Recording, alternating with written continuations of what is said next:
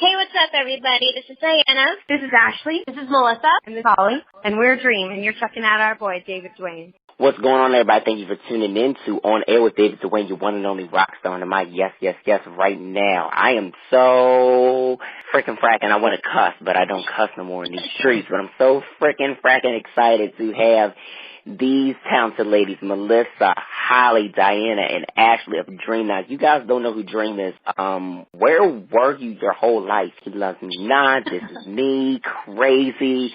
They were signed to Bad Boy, the first pop group that would be signed to Bad Boy. Worked with Clive Davis. I mean, the list of their accomplishments goes on and on, but they're here with us. What's going on, ladies? Hey! How are y'all? We're so good. We're super amped and excited for this tour coming up. I'm super amped for this tour, and I'm glad that you guys are back. But let me just say thanks so much for coming on the show. Like I told you all before we got started, I grew up listening to your music. So, when you guys dismantled, I was like, oh, my gosh. I was, tearing inside and everything. But I'm glad you ladies are back. Well, we're glad to be back, and this is our first radio interview in 15 years, so yay! Woo! So that makes me feel more excited now. So what made you ladies want to come back as a group? What inspired it all? I know you guys had, met up, did some acoustic videos, and then the fans, gave you guys a great response, and then it was just from there. This is Ashley talking. The crazy part about how we got back together is none of us really know how it happened. We went up to Holly's house in San Francisco. We were just trying to hang out. Hadn't seen each other in a few years. And, of course, when we're together, we can't help but sing when we're together. And the recording that kind of went all around and Fred Hilton was, posting and stuff was just, we hadn't rehearsed or anything. It was just on the spot. After 15 years, we just, went right back into it. And it just felt so good to sing together again. And we just felt the love. And so we decided on some level, we didn't know what level that would be, that we wanted to do something again. We weren't sure if we just wanted to go to a little club and sing or, what was going to happen. And then, Dee, why don't you tell them how we came about the tour? Yeah, so tour happened kind of crazily. I was at my job at the time, and there was Jeff Timmons from 98 Degrees and Eric Estrada from O-Town were both having a meeting there, and I just happened to be walking by in one of the restaurants, and they were it was just organic of hey, how are you? It's been however long since we've seen each other. I mean, I think the last time I was 15 years old. So they were talking about, tours and whatnot, and then had asked us, would you girls be willing to do a tour soon? And the girls and I hadn't even thought about that because we were doing this more on a relaxed level. We had the compassion and the excitement to do this together, but we didn't envision a tour just yet. But as soon as the tour came about, all of us just got on board and we're we need to do this not just for ourselves, but for the fans that still genuinely love us and appreciate the music that we did. And now we've grown into this other level of women empowerment, and not just women empowerment, just people empowerment, that to just never give up on your dreams, no matter how long, how much time it takes. I mean, this is a dream come true for all of us, and it's more so the fact that we're with our best friends, being able to do this all over again and seeing the fruits of that labor and seeing how that grows. And we're just all so excited that this is organically just kind of happened. Right, and I think that's amazing that it was, it was very organic, and that, the guys asked y'all wanted to be on a tour. I think it was best, because nowadays with pop music, I mean, we have this whole different side of pop music. We're losing touch with it. We don't even see groups anymore nowadays. And so it's almost at a point where that's obsolete. So it's just great that, y'all are back, because when, like I said, when He Loves Me Not, how old was I? Oh goodness, now I'm telling my age. Now I need to not be telling our age on here now. But I'm 23 now. Let's put it that way. 23 now. So that was when I was, elementary school. I just remembered, the feeling that, that music gave me. So kind of thinking back to that time, in recording the music and have worked with Clive Davis and Diddy at that time, what was that, whole experience like? It was a whirlwind. This is Melissa, sorry. We're all kind of calling in from our own cell phones, so We apologize if we talk on top of each other. Yeah, it was a whirlwind. I mean, we were kids ourselves, and we were signed at 12 and 13 years old to Puppy's label. I think a lot of people assumed that we were older, and we weren't. We were the same age as all of our fans were, essentially, or around the same age. And yeah, it was incredible. I mean, if it weren't for Puffy, I don't think that we would have had the platform that we had to kind of be separated from other girl groups at the time that were kind of coming up. Clive Davis is actually the person who chose He Loves You Not. Same writers who did Genie in a Bottle, Steve Kipner and David Frings.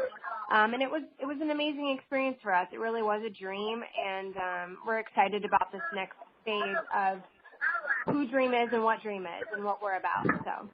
Yeah, and I want to touch base on what you said about that there's no more groups anymore. I mean, you're so right. We're living in a new age where everybody's, it's selfies and everybody's just very self-involved. And I think that's what the girls and I have a strong desire to do, is to bring in that community feeling again where, the girls and I we lift each other up.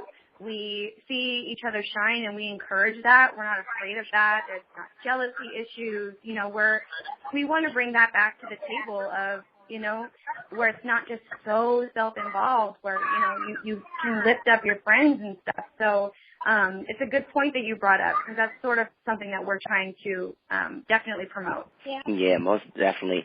And I feel like it's so important to promote that, and like you ladies were even saying, women's empowerment and really being able to embody that, because I feel like nowadays it's so that even that is not even really existing. Is everybody, for themselves? There's no unity. Even with guys, there's no unity. Everybody's for themselves, and I'm like, wait a minute.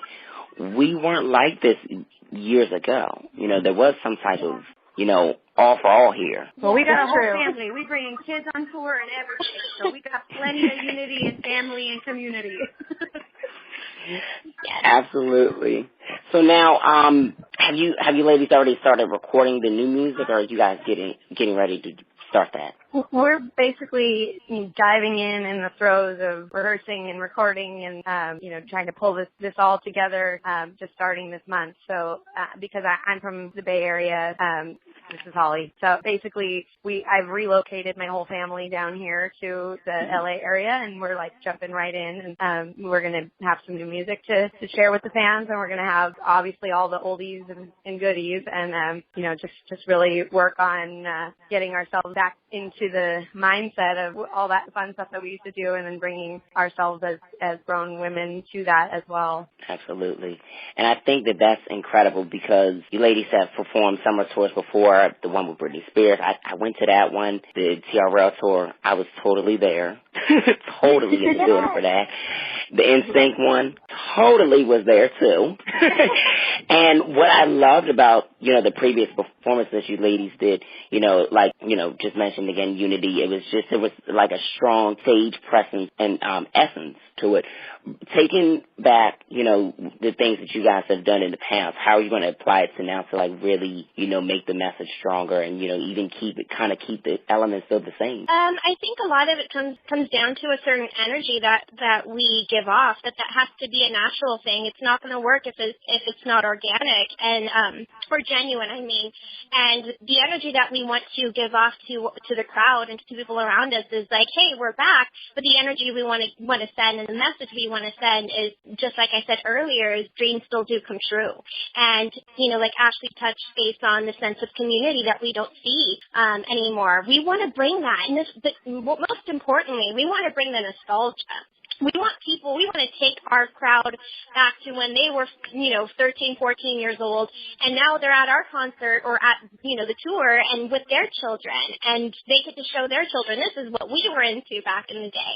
So we really want to kind of help people escape in a way and get excited and just bring the fun and the power and the humility to this tour, just to make sure that people get out of their mindsets. It's a show for everyone, not just about us.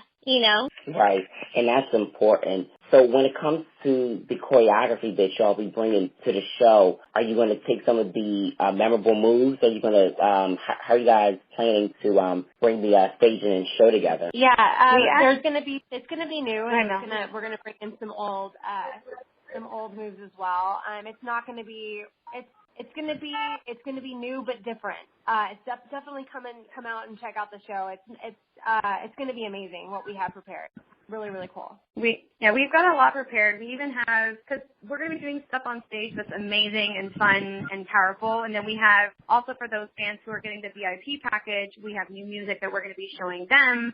We might even do a couple of, pull out the guitar, pull out a little whatever, ukulele, and sing them some other songs that we have. So we have a lot in store. Like, the whole package for us we're very excited. We want to give the fans an experience that they won't forget. Absolutely, and that's most important. And I'm looking forward to the Atlantic City show and then the Mixtape Festival show. I think those are the two shows I'm going to. I haven't picked, but I'm just like, I have got to be in the building to see you ladies perform because, like I said, and I would keep on saying, I'm so excited that y'all are back. Yay!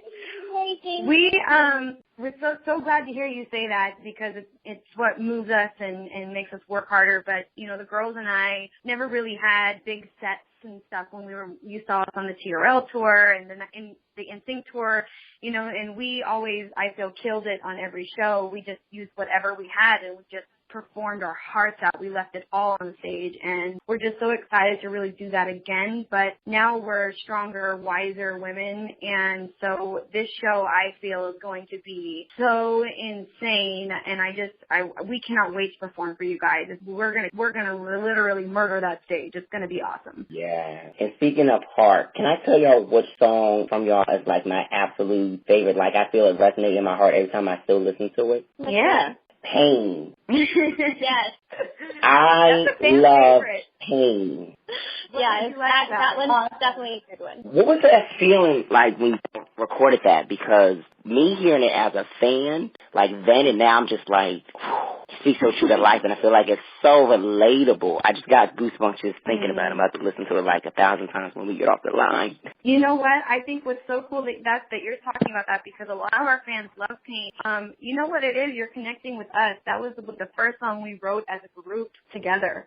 We didn't write the whole thing, but that was the first time they allowed us to write or whatever. So you're definitely just connecting with us. That's something that we did, I think that's what it is. Absolutely. Because that one was like, and I had friends that was like, David, Pain, yes. I'm like, I told y'all, like, why didn't y'all listen to me the first time? Like, these girls are amazing. And I think that whole album as a whole and then the numbers that it did was amazing in itself. Yeah. Definitely. Thank you. No problem. So just thinking about like all the success from Billboard to like the numbers of records that you ladies have sold, how's that overall feeling to know like, okay, we've done this and we can do it again this time around and make it even huger? Yeah, I think it's empowering. I think that we have a lot of unfinished business. I think that, what Dream was not really completed, and now, everything's kind of happening and falling into place the way that it's supposed to. So I think for us, we're just excited to see what comes next.